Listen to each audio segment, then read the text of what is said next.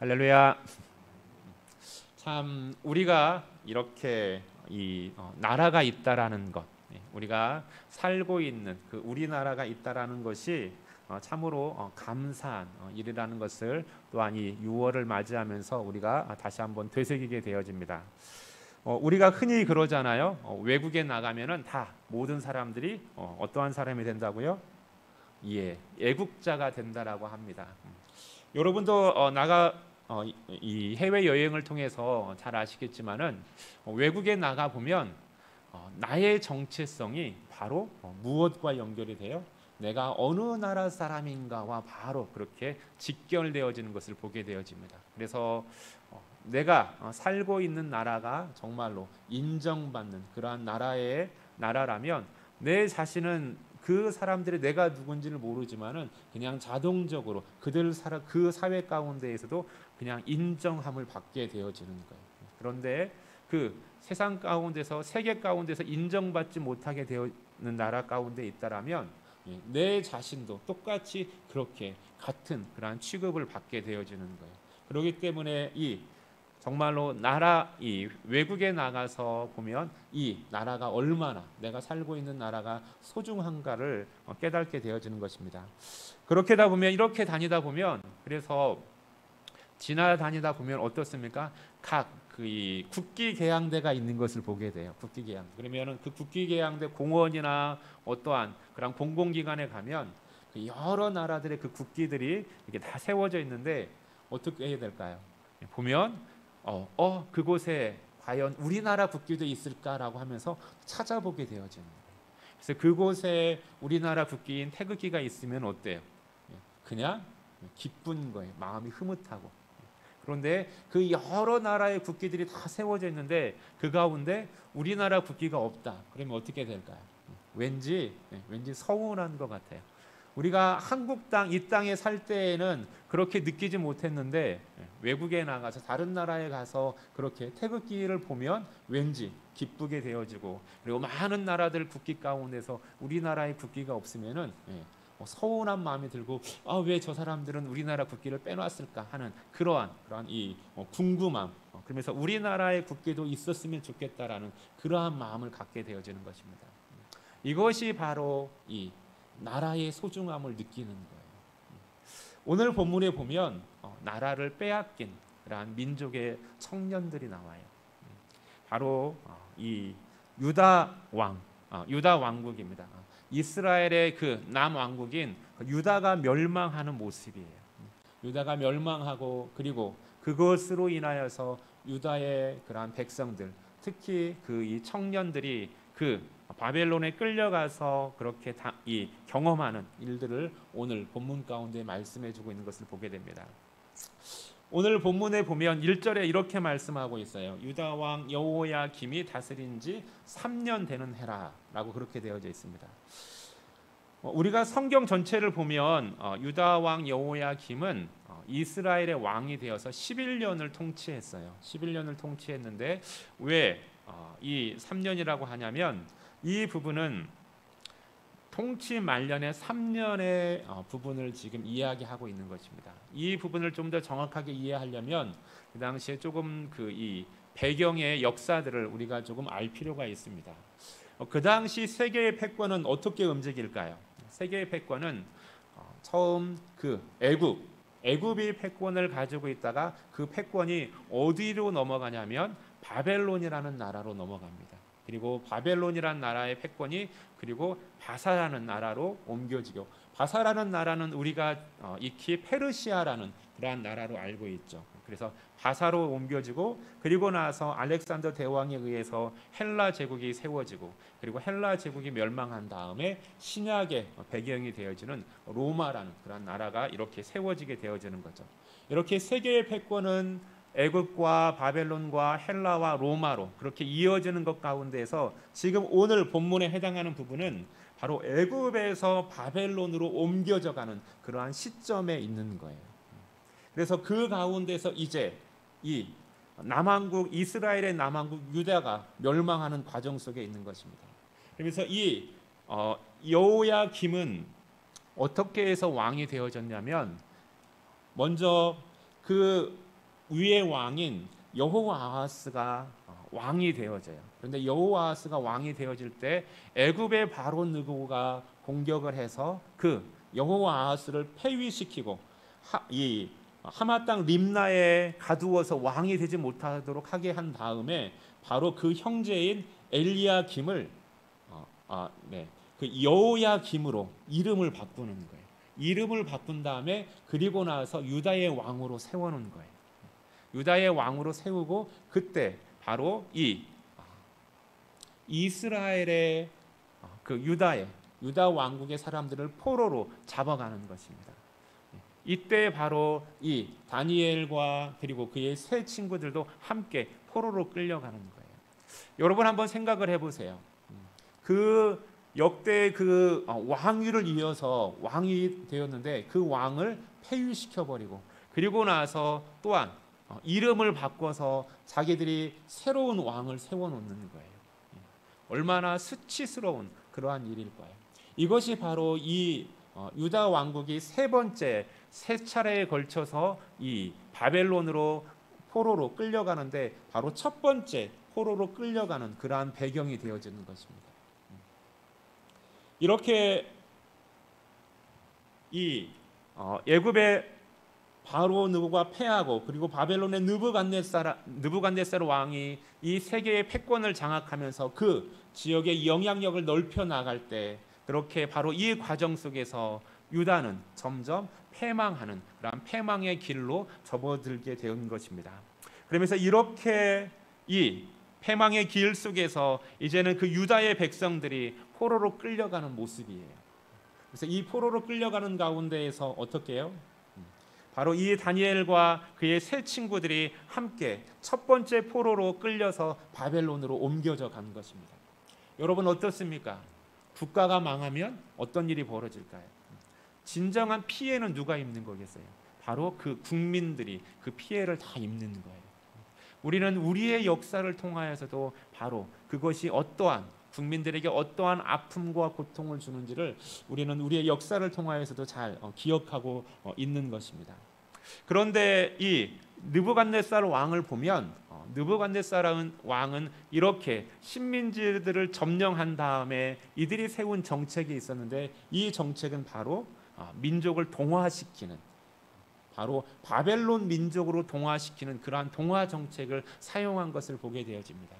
이 모습과 대조되어지는 모습이 바로 그 아수르의 정책이었어요. 바벨론이 아수르를 점령하고 그렇게 패권을 장악하는데 이전에 그 북왕국 이스라엘은 아수르에 의해서 멸망당했잖아요. 근데 그 아수르에 의해서 북왕국 이스라엘이 멸망당했을 때는 어떻게 했습니까? 이들은 혼혈 정책을 쓰면서 아예 그 민족을 말살시키려고 하는 그런 말살 정책을 폈어요. 그런데 반면에 이 지금 바벨론의 느부갓네살 왕은 그렇게 말살 정책을 펴지 않고 자기의 그 바벨론의 민족으로 동화시키는 그러한 정책을 쓴 겁니다. 그리고 그 정책 가운데 하나로 다른 것이 아니라 바로 이 포로들 가운데에서 귀족이라든지 왕족 가운데 이 정말로 가치가 있는 정말로 쓸만한 그러한 사람들을 선택해서 그리고 그들로 하여금 교육을 시켜서 그 바벨론의 또한 정책들을 그 식민지 국가에 전하는 그래서 그들을 통하여서 또한 그 식민지가 된 나라들을 바벨론화 시키는데 사용하려고 하는 그러한 정책을 썼던 것입니다. 그러면서 그 가운데 바로 그 부분들이 오늘 본문 가운데 나오는 거예요.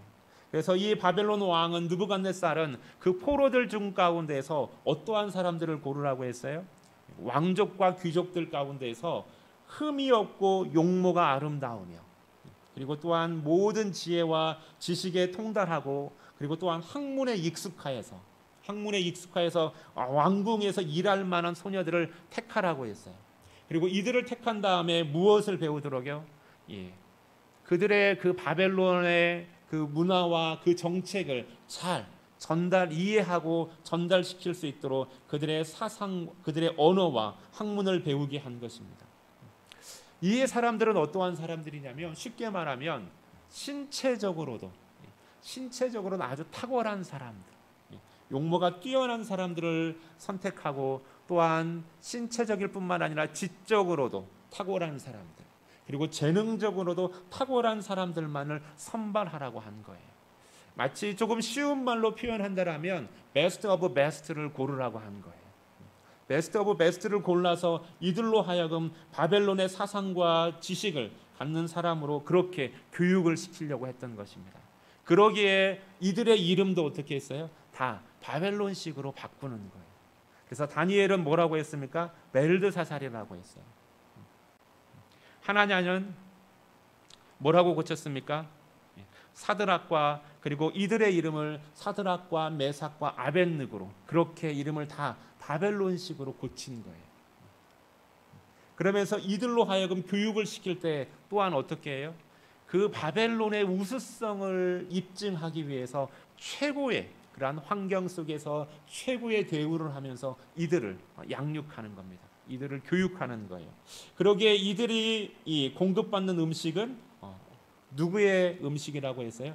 왕의 음식이라고 했어요. 왕의 음식. 왕이 먹는 음식과 그리고 왕이 마시는 그런 포도주를 제공하면서 이들에게 대접하면서 이들을 교육시키도록 한 것입니다. 여러분 한번 생각을 해보세요. 패망국의 그러한 사람들이에요. 포로로 끌려온 그러한 사람들입니다. 그런데 이들에게 최고의 그러한 혜택을 주는 거예요. 그러면서 이들에게 있어서는 또한 이렇게 최고의 혜택과 교육을 받은 다음에는 또한 무엇이 있을까요? 포로민의 그 신분, 그 신분에서 벗어날 수 있는 그러한 정말로 귀한 그러한 이 처참한 신분을 벗어날 수 있는 그러한 기회가 이들에게는 주어진 거예요. 마치 이들의 마음은 어떨까요? 이 사람들이 많은 사람들이 뽑힌 게 아니에요. 몇 사람이라고 했어요. 몇 사람. 이 몇 사람의 택함을 받은 이 유다의 청년들, 이 소년들, 이들의 마음이 어떨까요? 저는 이들의 마음을 헤아려 보면 마치 이랬을 것 같아요. 요즘 이렇게 방송에 보면 경연 프로그램들이 많잖아요. 전국에서 뭐 노래를 잘하는 사람, 뭐 다양한 그러한 재주가 있는 사람들을 다 뽑습니다. 그러면서 그들 가운데에서 예선을 거치고 또한 여러 그러한 선발 과정을 거친 다음에 어떻게 합니까?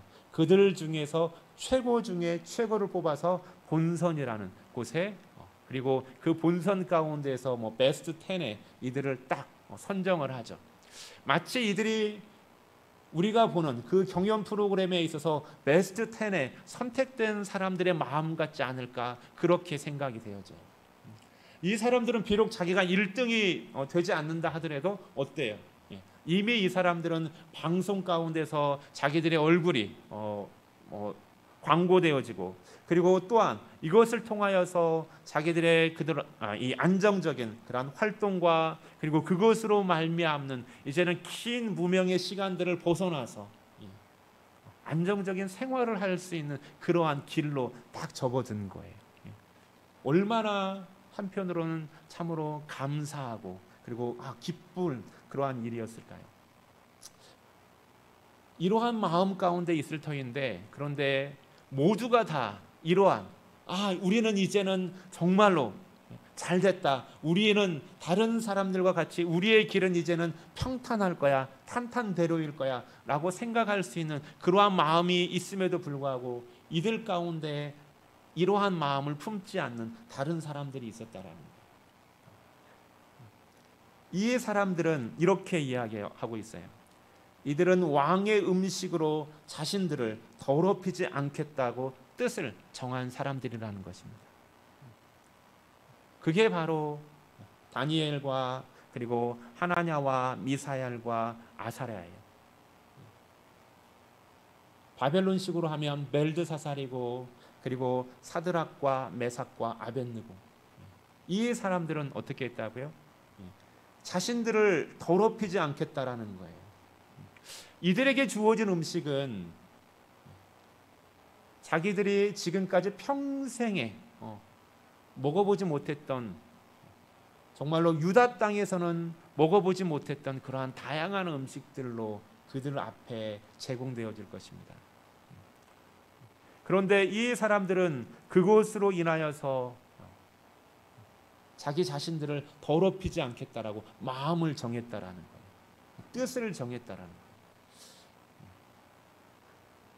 이 음식들, 유다에서 먹어보지 못한 것은 둘째치고 이들은 지금 어떠한 신분이라고 했어요? 패망국의 포로로 끌려온 사람들이에요. 정말로 어쩌면은 자기들의 그 새끼 먹는 것도 걱정하고 염려해야 될 그러한 처지에 놓여 있는데 그들에게 왕의 진미와 왕의 포도주로 그렇게 주겠다라는데 그것을 거절하는 거예요.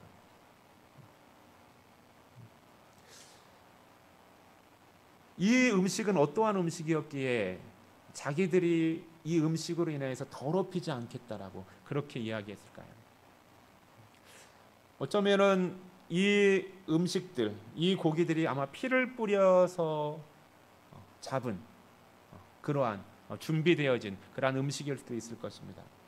어쩌면 우상에게 먼저, 바벨론의 그 우상들에게 먼저 제사 드려진 다음에 준비되어진 그러한 음식일 수도 있을 것이고, 그리고 또한 한편으로는 하나님께서 부정한 그러한 동물로 지정한 그러한 고기들을 그러한 고기들로 그렇게 준비되어진 그러한 음식일 수도 있을 것이에요. 정확하게 이 고기가, 이 음식이 어떠한 음식인지는 모르겠어요. 그런데 우리는 이게 어떻게 준비되어진 음식인지는 모르지만 그러나 누구는 알고 있어요? 다니엘과 그 친구들은 이 음식이 어떠한 과정을 통해서 준비되어진 음식이라는 것을 명확하게 알고 있었고, 그리고 또한 그들은 분명히 이 음식은 하나님께서 기뻐하지 않는 방법으로 준비되어진 음식이라는 것을 명확하게 알고 있기에 부정한 음식이라는 것을 알고 있기에 이들은 이것으로 인하여서 우리 자신을 더럽히지 않겠다라고 그렇게 결정을 한 것입니다. 그러면서 이 음식을 먹지 않겠다라고 거부한 거예요. 여러분, 만약에 지금 이들의 부모가 이 소식을 유다 땅에서 들었다라면 어땠을까요? 맨 처음 정말로 왕궁에서 교육받는 사람들로 택함을 입었다라는 소식을 들었을 때와 그리고 나서 이 왕이 베푸는 그러한 음식을 거절했다라고 하는 이 소식을 들었을 때 이 부모들의 마음은 어땠을까요? 만약에 여러분이 이들의 부모라면 어떻게 잘했다라고 칭찬하시겠습니까? 아니면은 왜 그랬어? 그냥 한번 넘어가면 되잖아 라고 그렇게 말씀하실 것 같아요. 왕의 그 진미를, 왕의 포도주를 먹지 않겠어요 라고 결정했었을 때 여러분은 그렇다면 뭐라고 조언해 줄 것 같아요? 이 사실을 왕의 모든 명령을 다스리는 그 환관장에게 다니엘과 그 친구들이 이야기를 했어요. 이 명령을 총주관하는 이 환관장도 뭐라고 말했냐면 안 된다라고 그렇게 말했어요.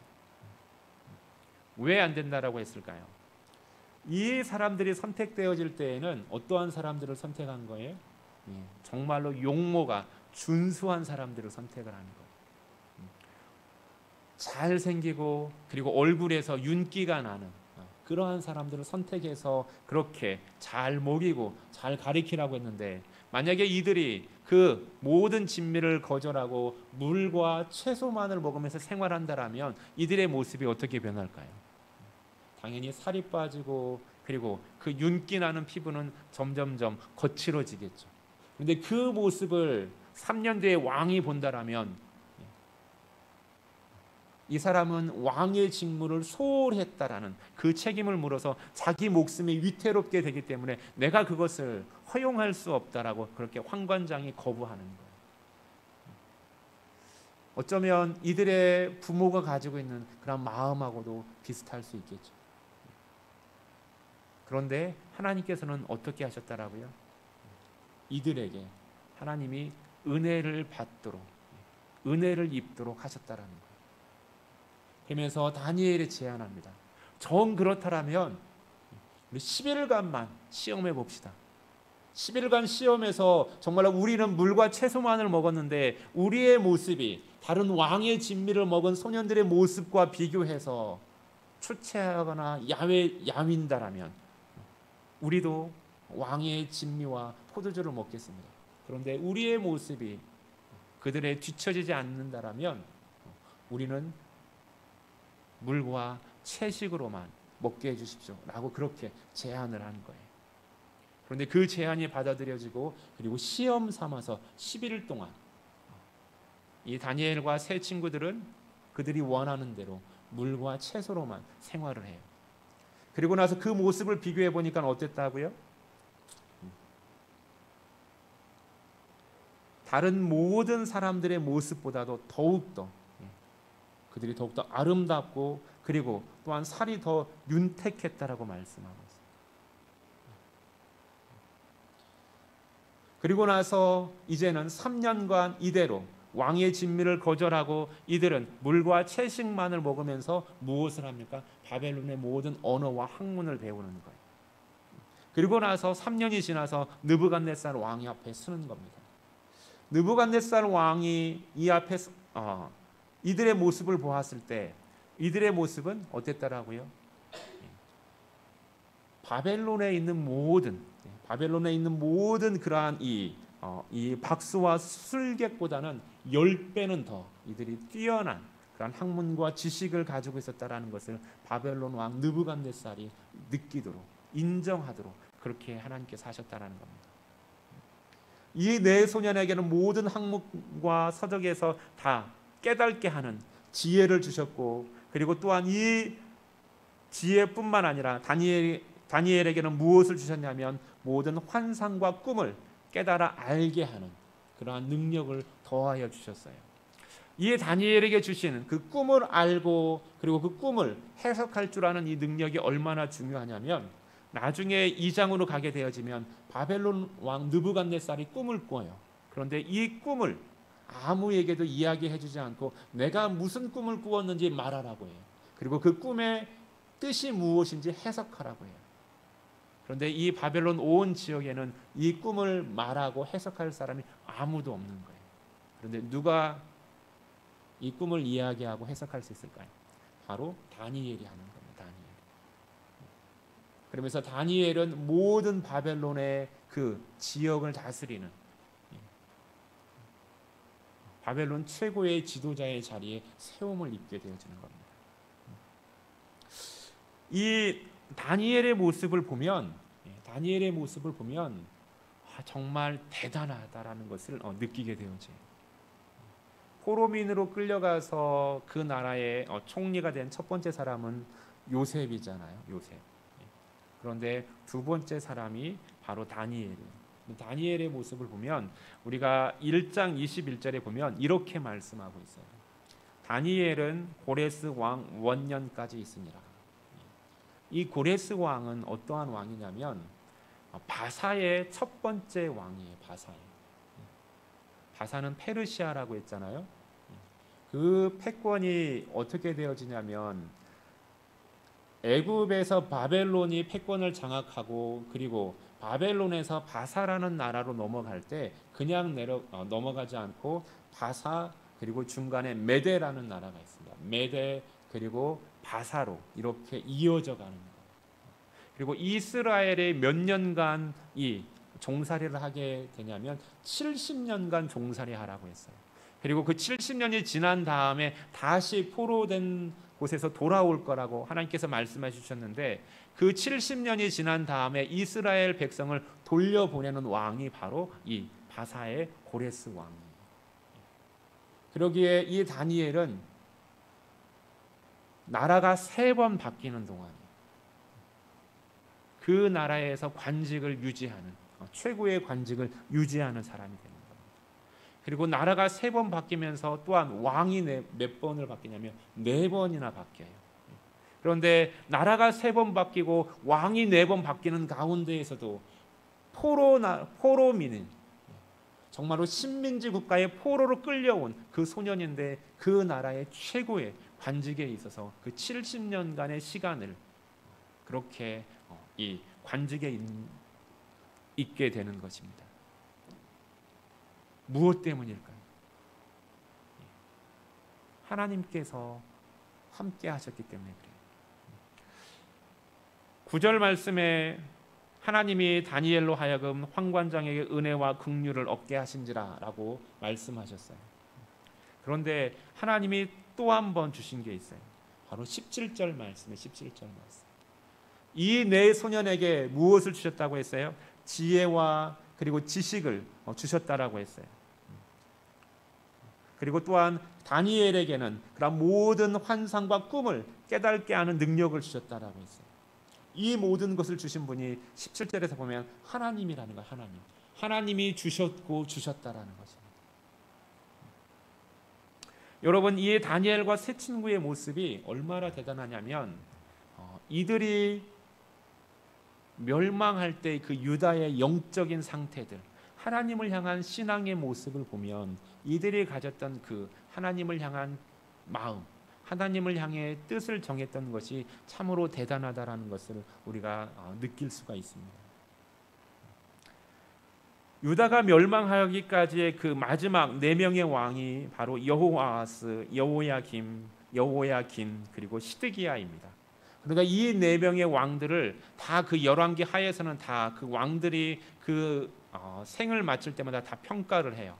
그런데 이 네 명의 왕은 동일하게 여호와 보시기에 악했다라고 그렇게 평가를 하고 있어요. 왕들은 다 이렇게 악했고, 그리고 이 시대에 살아가는 사람들의 모습은 어떠했을까요? 유다가 멸망하는 그런 모든 과정들을 지켜본 선지자가 있습니다. 그게 바로 에레미야 선지자예요. 에레미야 선지자는 이미 멸망하기 전에 하나님의 말씀을 선포했고, 그리고 돌아오라고 그렇게 선포했고, 그리고 돌아오지 않는 그러한 이스라엘의 그 유다 백성들을 보면서 그 멸망하는 과정 하나하나를 다 지켜본 선지자예요. 그리고 그것을 보고 나서 마지막에 에레미야 애가를 기록한 선지자입니다. 이 에레미야 5장 1절에 보면 이렇게 말씀하고 있어요. 너희가 예루살렘 거리에서 정의를 행하며 진리를 구하는 사람 단 한 사람만이라도 찾으면 이 성읍을 내가 멸하지 않겠다라고 하는 그 하나님의 말씀을 선포한 선지자가 바로 이 에레미야 선지자예요. 에레미야 선지자를 통하여서 하나님은 우상 숭배하는 데에서 돌아오라고 그렇게 이스라엘 백성들에게 외쳤던 선지자예요. 이들이 살았던 시대는 국가적으로 하나님을 섬기는 데에서 떠난 그런 악한 시대였고, 그리고 또한 백성들도 하나님의 말씀을 저버리고 등진 시대를 살아갔던 그러한 젊은이들이에요. 그런데 이 젊은이들이 그 바벨론의 포로로 끌려와서 이제는 그 하나님의 말씀을 기억하고, 그리고 그들이 그 땅 가운데에서 동화되어지면서 편하게 살기를 거부하고, 그리고 하나님의 말씀대로 하나님의 말씀을 따라서 우리를 거룩하게 지키겠다고 다짐한 것입니다. 오늘 우리가 살아가는 시대의 모습들 참으로 어렵고 힘들다고 합니다. 그런데 그 힘들고 어렵다라는 그 모습 속에서 한번 우리가 다니엘과 세 친구의 모습들을 한번 생각해 보면 좋을 것 같아요. 이들은 하나님의 백성으로서 자신들의 그 하나님을 향한 그 신앙의 뜻을 세우기 위해서 결정하고, 그리고 그 부정한 음식들로부터 더럽혀지기를 거부한 그러한 사람들이에요. 신앙의 뜻을 세운 사람들입니다.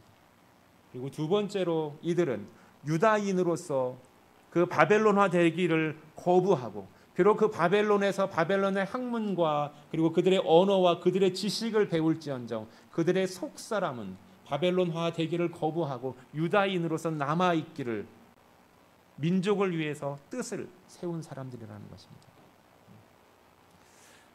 우리의 민족과 참으로 유사한 부분이 많은 것 같아요.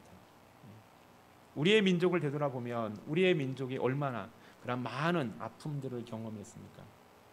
우리의 근대사만 보더라도 일제 강점기가 있었고, 그리고 또한 그것을 마치자마자 6.25가 있었고, IMF들을 겪었고, 지금도 어려움 가운데 있다라고 그렇게 합니다.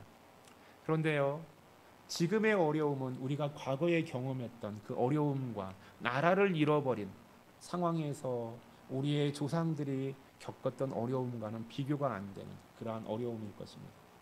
그러한 시대 가운데에서도 우리의 신앙의 선배인 주기철 목사님이라든지 손양원 목사님 같은 분이 있었기에 그들은 일본의 심사참배와 그리고 공산주의에 대해서 그것들을 거부하고 신앙의 믿음의 하나님을 향한 그 거룩한 뜻을 세우고 지켜왔기에 바로 오늘 이 나라 이 민족에 지금과 같은 한국 교회가 있는 것입니다.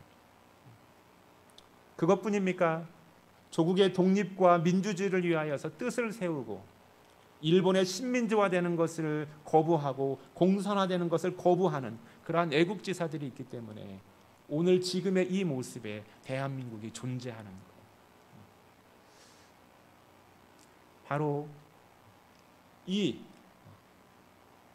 우리의 그 신앙 앞에서 하나님 앞에서와 그리고 민족과 조국을 위하여서 뜻을 세운 분들이 있었기에 또한 하나님께서 그 뜻을 통하여서 우리에게 교회의 성장과 그리고 민족의 성장을 허락하여 주셨음을 기억하는 저와 여러분 되시기를 예수 그리스도의 이름으로 축원드리겠습니다. 그리고 이 사람들이 어렵다라고 하는 이 시대 가운데 어려움 속에서 무엇을 합니까? 사람들은 자꾸 편하고 쉬운 방법으로 세상에 주는 방법으로 세상의 방법으로 자꾸 동화되어지기를 원하고 있습니다. 그러나 그러함에도 불구하고 이 가운데에서도 정말로 신앙인으로서 하나님의 자녀로서 세상과 구별되어지기를 뜻을 세우고 그리고 그 가운데에서 나 자신이 하나님 앞에 거룩하게 되어지기를 원하고 그리고 또한 이 교회가 거룩하여지기를 원하고 나 자신과 교회가 거룩하여짐으로 인하여서 이 민족이 거룩하여지기를 원하고 그리고 이 일을 위하여서 함께 소망하고 그리고 이 일을 위하여서 하나님의 말씀으로 우리의 자신을 거룩하게 지키는 저와 여러분 되시고 또한 우리 화평주일교회 되기를 예수 그리스도의 이름으로 축원드리겠습니다. 기도드리겠습니다. 할렐루야. 사랑의 하나님 감사합니다. 하나님 참으로 많은 사람들이 코로나19와 그리고 경제적인 위기 속에서 하나님 어려움들을 경험하고 또한 어려움들을 토로합니다. 하나님 그러한 가운데에서